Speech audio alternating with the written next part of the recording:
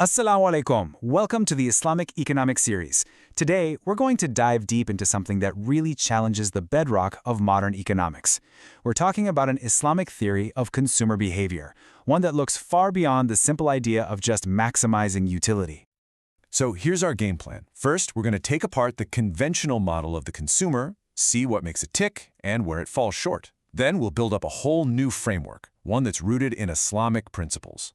We'll explore its really powerful analytical tools, and finally, connect it all back to the ultimate goal, which is genuine human flourishing. All right, let's start at the beginning, with the absolute cornerstone of mainstream economics, this idea of the rational, utility-maximizing consumer. So what exactly is this model? And, maybe more importantly, what is it leaving out of the picture? At the very heart of conventional theory, you've got this character, Homo Economicus. The basic assumption here is that all of us are these fundamentally calculating individuals.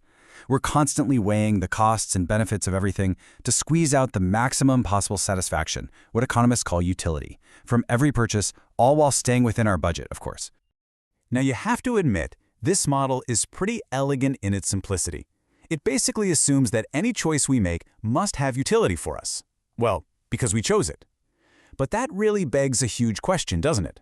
Is that subjective feeling of satisfaction really the same thing as genuine, objective well-being? Well, from an Islamic economic perspective, this model isn't just a little incomplete, it's fundamentally flawed. It gives us this very one-dimensional view of human behavior that pretty much ignores the spiritual, the ethical, and the social sides of our choices. It just reduces every single decision to a value-neutral chase for personal pleasure. These limitations really demand nothing short of a paradigm shift. We have to move away from the very goal of consumption as it's understood by mainstream economics. And the Islamic framework offers a pretty radical alternative here. Instead of focusing on that subjective and, let's be honest, often fleeting feeling of utility, it centers everything on the objective concept of Maslahah, which really translates to genuine benefit and holistic welfare. And this distinction, it's absolutely crucial. You see, Maslahah isn't about what feels good in the moment. It's about what is genuinely beneficial for a long-term well-being. We're talking spiritually, intellectually, and physically. It's really about aligning our consumption with a much higher purpose. Now, this brings us to another key concept, rushed. Think of this as the Islamic alternative to that narrow, self-interested rationality we see in conventional economics. Rushed is all about sound-mindedness. It's about wisdom and about making choices that are truly in harmony with our ultimate purpose, the pursuit of maslahah. Okay, so how do we actually apply these big ideas of maslahah and rushed in the real world? Well, the Quran gives us a surprisingly powerful analytical framework, and it distinguishes between 4 key dimensions of our behavior as consumers. And listen, these aren't just some abstract moral labels. They are practical, analytical tools that let us understand the full spectrum of consumer behavior. What's really fascinating here is that these dimensions aren't absolute. They're contextual. They change depending on a person's social and economic situation. So what might be considered moderation for one person could easily be extravagance for another. Now, this dimensional framework has some pretty profound implications for economic theory. It actually lets us shatter that simplistic idea of a single generic demand curve and build a much richer, way more nuanced understanding of how consumers actually behave. Standard economics, it gives us one demand curve. Why?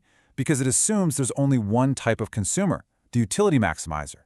It has no way to tell the difference between demand that's driven by a genuine need versus demand driven by extravagance, or even just by sheer waste.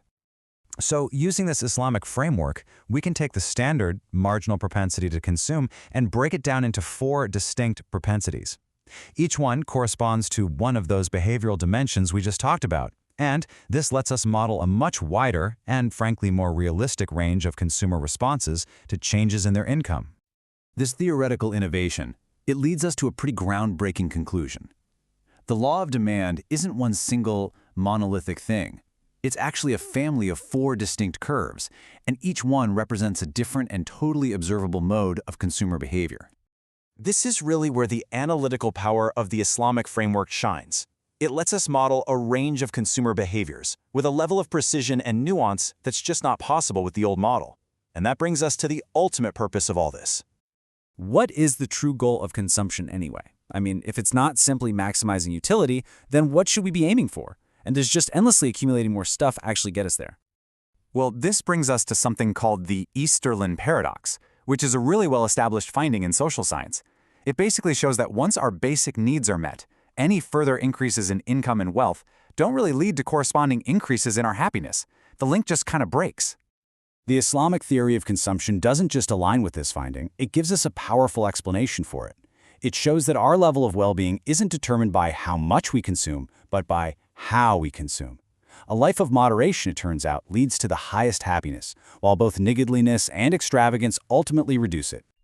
So the analysis concludes that moderation, in both how we earn and how we spend, is the path to the highest level of well-being. It provides for our needs and our comforts without letting us fall into the traps of being stingy or being wasteful, because both of those ultimately just erode our happiness. So I guess the ultimate takeaway is this. By reframing the whole theory of the consumer around maslahah and moderation, we create a system that aims directly for human flourishing. It's a framework that is not only more realistic and more nuanced, but it's also more humane. It reminds us that the goal of all this economic activity is to achieve Falah, a true state of holistic success and well-being. See you in the next one. Subscribe, like, and comment.